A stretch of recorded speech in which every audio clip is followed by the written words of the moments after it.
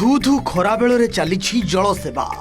କେଉଁଠି ଖୋଲା ପଡ଼ିଆରେ ମାଟି ହାଣ୍ଡିରେ ପାଣି ରଖୁଛନ୍ତି ତ ଆଉ କେଉଁଠି ଗଛ ଡାଳରେ ବାନ୍ଧୁଛନ୍ତି ଜଳପୂର୍ଣ୍ଣ ଠେକି। ଚଳିତ ବର୍ଷ ଏହି ମୁଣ୍ଡଫଟା ଖରାରେ ପଶୁପକ୍ଷୀଙ୍କ ତୃଷ୍ଣା ମେଣ୍ଟାଇବାରେ ଲାଗିଛନ୍ତି ଉଦଳା ମେଣ୍ଢାଖାଇ ଅଞ୍ଚଳର ଯୁବକ ତୁଷାର ମହାନ୍ତି। ତାଙ୍କର ଏଭଳି କାର୍ଯ୍ୟକୁ ସ୍ଥାନୀୟ ବାସିନ୍ଦା ବେଶ୍ ପ୍ରଶଂସା କରିଛନ୍ତି। प्रचंड खरा जोगु विभिन्न जलाशय एवं सुखिला पड़ी जहाँफल पशु पक्षी पानी टोपे हंतसंत होउछंती। आ एही समय तुषार जलसेवा निरीह प्राणी जल कष्ट को दूर कर फांका मिले से बुलिकी देखिली जे अल्प दिन हम बहुत खरा 45 डिग्री पाखापाखि हो गलानी। तापर से फांका भितर आसिक देखा भितर पशु पक्षी सब कहीं माने पानी पाऊना बहुत दूर रे अच्छी।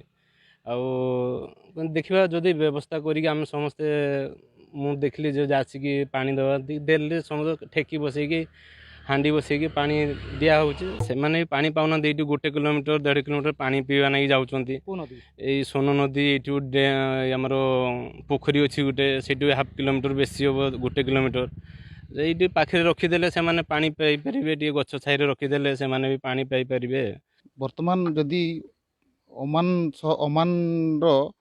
जोबा सहर पर जदि कहार नाम आसे बारिपदा सहर 46 डिग्री सेल्सियस और यही उदुदिया खरार मनीष तो रही कष्टकर हो पड़ी। गोरु गाई जो कष्ट रोचे जहाँ ये पिलाटा हृदबोध कर गोरु गाई और छोट छोट चढ़ई मानकर से हृदबोध कर बोधे आसिक जो पानी दौर ताकू अनेक अनेक साधुवाद।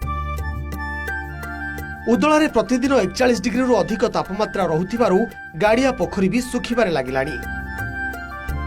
बुला पशुपक्षी माननक पई मुंदे पानी मिलिबा कष्टकर होई पडुछि। शोष हेले किछि दूर थिबा सोन नदी ही भरोसा। सेपट दिनकु दिन कंक्रीट जंगल गढ़ी उठुथिबा बेले गछ लगाइबाकू अनुरोध करिसंती बुद्धिजीवी। समस्ते तृषार्तरे खाली हाहा होउजंती पानी पाई से देखा गले आम घर पाखापाखि जड़े युवक सी तो एक कलाकार माने मूर्ति कारीगर किंतु तांकर आउ गोटे भल गुण जे सी खरारे तृषार्त पशुपक्षी मानू पानी पियांती।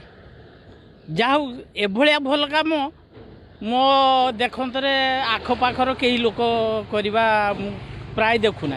प्रबल उतापर आउटु पाउटु जीव जगत यार भितर पशु पक्षी मानक पई पानी जोगाउछंती उदला मेंढाखाईर युवक तुषार महांती। तांकर एभली कार्य को जिले में बेस प्रशंसा कराई। मरम जिला उदला रवींद्र नायक, ओटीवी।